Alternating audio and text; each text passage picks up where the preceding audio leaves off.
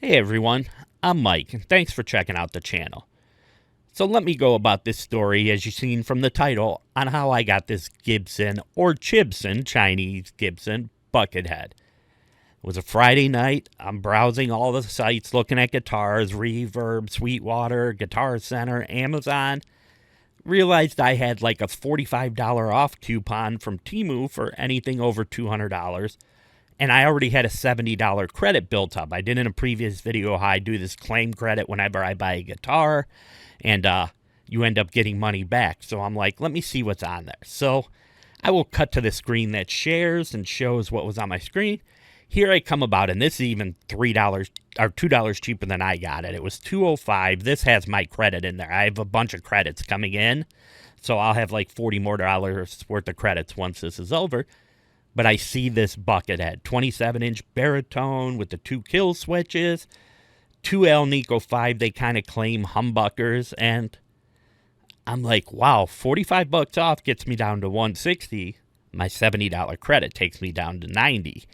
Got free shipping, so it was coming from a local warehouse too, so guitar was going to arrive in like 3 days. It wasn't coming from like AliExpress when you order and you get it like 6 weeks later. As you see, it says fastest shipping 2 days, and it really did. I ordered on a Friday. It was here on Tuesday. You count the weekend, you know, it was a business days. But if you don't know who Buckethead is, I will show you, though, like on this screen right here, this is what a Gibson Buckethead goes for. Goes for $6,000, $100, so expensive guitar. And if you don't know who Buckethead is, this is him right here. Famous guitar player, you know, been a solo artist pretty much his whole life. His name's Brian Carroll.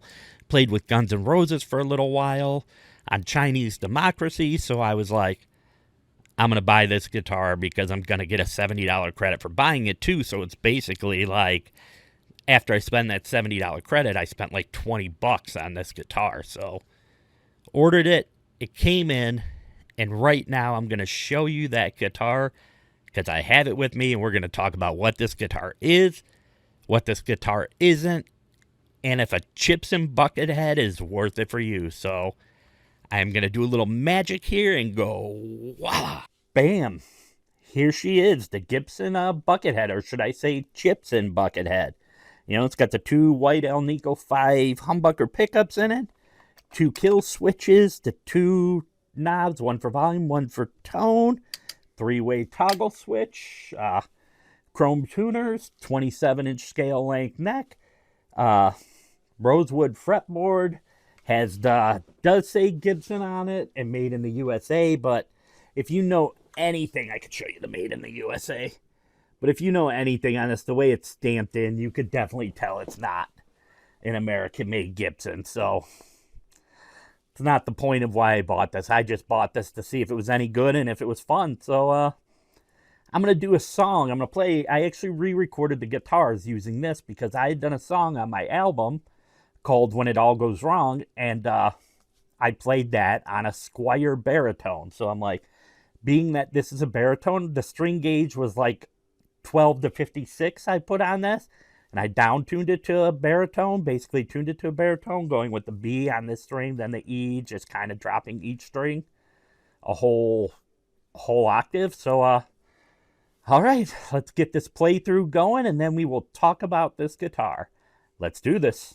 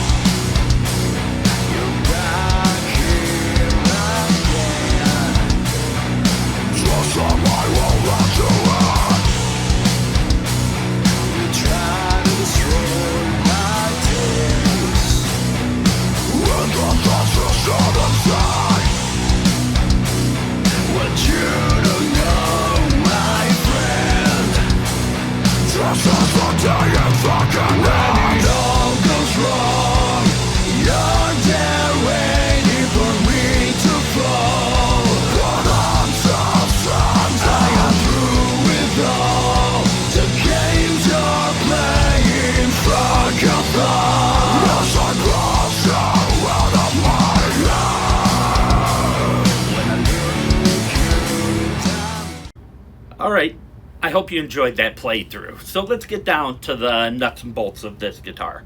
First off, the playability of this thing is fantastic. It's actually like the action gauge. I haven't had to adjust anything on the setup of this. I did take off initially, the frets were super dirty, but I always put my own strings on it right off the bat. I take the strings off. So when I took these off, I just did a high shine on this whole thing. Actually, the sides of the frets, they're not ball end frets or anything like that, but they're actually really good. They don't stick out at all, and I polished up the frets, put a set of strings that were 12 by 56s. And the reason I didn't go with my full baritone set, even though I was putting this in baritone, is I didn't know if they like double truss rodded the neck, where like a baritone has an extra kind of reinforcement in it. And I didn't know if they were doing that in this. Obviously, I don't think they are. So I didn't want to put too much pressure on the neck. So the 56, actually tuning it down, listen, it sounds great, man.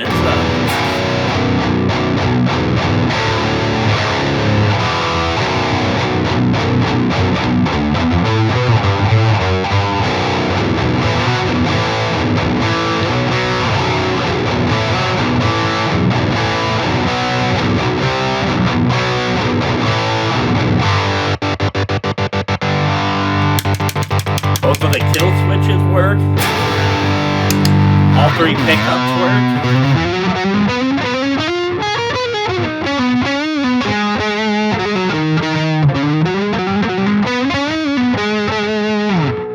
Yeah, it actually doesn't sound that bad. I mean, they're a little bit muddy, but there's things I could do with the EQ to make them better. So, playability, definitely great, man. Fun to play. 27-inch fret is weird to 27-inch scale length is really weird to get used to, because I'm thinking I'm playing an E and I'm like, all right, let me put the E in. I'm trying to be here, but it's right down here.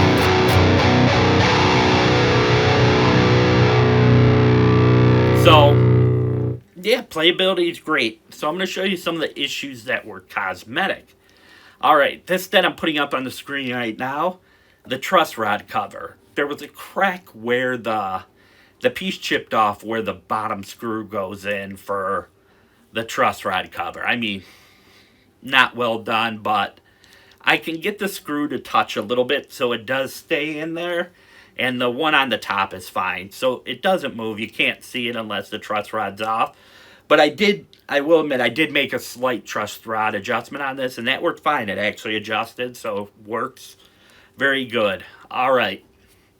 Second issue with it is at the neck. At first I thought it might have been a crack, but it's not. It's the paint chipped where the seal of the neck is. When they glued the neck in, how there would be that little area that's there, the paint kind of cracked right there. And it's really just cosmetic. I checked the function of the neck, super strong, great. No bowing, no problems. It's just cosmetic, not something you would see on a Gibson Buckethead. It's not going to have that. They're not going to let something like that go. And this isn't a cosmetic issue, but on the screen now I'm going to bring up the inside of the cavity, which is very rough, not shielding painted on it, not any of that. Very small, like dime pots that are in there. And what kind of bums me out about that with some of these guitars is that I went and just did a preloaded pickguard. I made the pickguard from scratch. Well, I didn't make the pickguard. I put all the parts in, and I went to Guitar Center and I got a CTS 500K Fender pot, and it was like $6. So I'm like, this was $205. Why not put CTS pots in it and charge me $220? I would rather have that. I'd rather pay $15 more and get a better component in there. Switch feels really good. I mean, seems solid. So all in all, playability is great. I mean, everything functions as it should. I mean, I don't know if it's going to last forever, but for $205, that's a killer deal. So how this worked out for me is kind of really cool. So I will tell you, I bought the first guitar I bought, because I use this claim credit, where if you order anything over like $100, you end up with a credit for like $70. If you order over like 70, you'll get a $50 credit. But it started with me buying a West Creek, the West Creek High Voltage, which I did a video on. The guitar sells for $230 on Amazon. It was $186 on sale on Temu. I had a $20 off coupon, so it's $166 with tax, came out to like $172. I got that guitar. I got a $70 credit. So the next guitar I found on there was a Donner guitar that I wanted to review, and I was like, okay, this guitar is $109. And what's cool about it is they give you what the cost is by what your credit is. So it was $109. I had a $70 credit, which took it down to like $39. But then I had a coupon for $20 off over 100. So they put it all into one. It was 109 minus the 2089, then minus 70. So it was $19 plus tax. The tax is kind of on the 109 the way they do it. It's weird, but it was still like $7 tax. So it was like $26. And that Donner guitar sells for like $150 on Amazon. So I was like, man, I'm killing it, because I've put with that, even if you round it up to 30 and 100 on this guitar, it was $130 for the Donner and this one. And then if you add in the High Voltage, it was $310 for these three guitars. So it worked out that, I believe that now math is right, but that's about what it would have been. It worked out that I ended up getting the credit then from this one. And I found one of those Enya Sonic Go guitars with the speaker in it. And they were having a refurbished deal on it. This one will be in on Monday here. But I don't care about buying refurbished, because it's got the same warranty. It just means something was wrong. They had to fix it. That's fine. Still has the same warranty as a new guitar. And those guitars sell for $430. They had a blowout deal on them for $220. They gave me another $45 coupon off, so it was $175, and then the $70 off, so I got that for $105. And for like $420 combined, I think it was, I got this guitar, which is a $200 guitar. I got a Donner, which is a $150 guitar. I got the High Voltage West Creek, which is a $230 guitar. Then I got the Sonic Go, which was a $430 guitar. So I basically got like $900 worth of guitars for about $420, which is pretty cool. And it's stuff for me to do content with on this channel. So that's my own story. If you don't trust Temu, I'm not saying go out there and buy it. I'm just saying it's the way I do things. It's good for me because I'm not sponsored by any of these, and buying guitars I work a regular job, so it's not the cheapest thing in the world to keep doing. So it's great to have some kind of deals that I could get. But I would throw out there that this guitar, if you're looking for a baritone, to be honest with you, there's the Harley Benton. I know they make a great one that's really well priced, so that might be what you want, is the Harley Benton. But for this, I've said before, these budget guitars are really great now, man. They're making it, but there's people that want, I don't know, you're on stage, there's that image of, oh, I've got a Gibson guitar. This says Gibson, looks like a Gibson headstock. It is a Gibson, basically has Gibson on it. And from a distance, you're sitting there playing this, even up close. If someone that doesn't know is going to be like, oh, it's a Gibson guitar, that's cool, he's playing a Gibson. From the stage, everyone's going to be like, oh, he's playing a Gibson. So if that's the thing you're looking for, that you want that name brand recognition, it's not a Gibson. It is, don't go out and try to sell this to someone as a Gibson, because that's just plain wrong on this.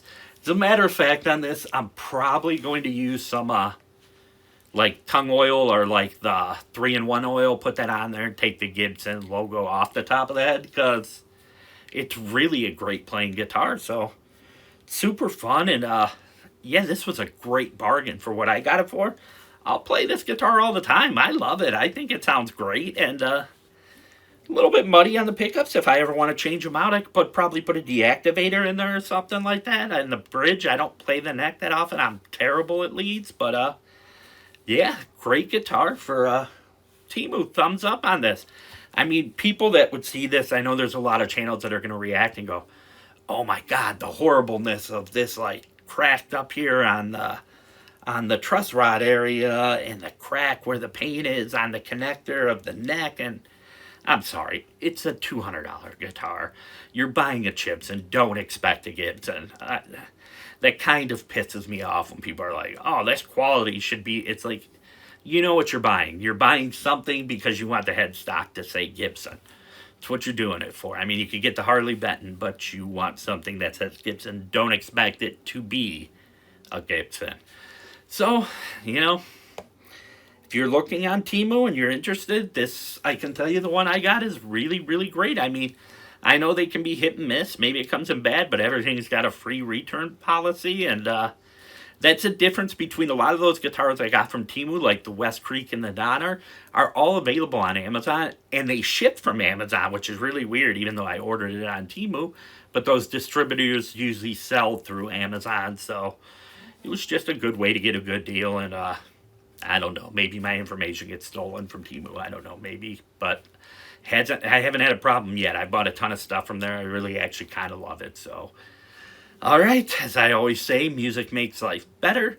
We got to check out the Chibson Buckethead today, which I'm really excited about. I'm going to have a review coming up on that Sonic Go when it comes in that I'm really excited for. I've got a Bullfighter guitar that I have that's an acoustic that I bought from Amazon for $169. That's incredible, that I love.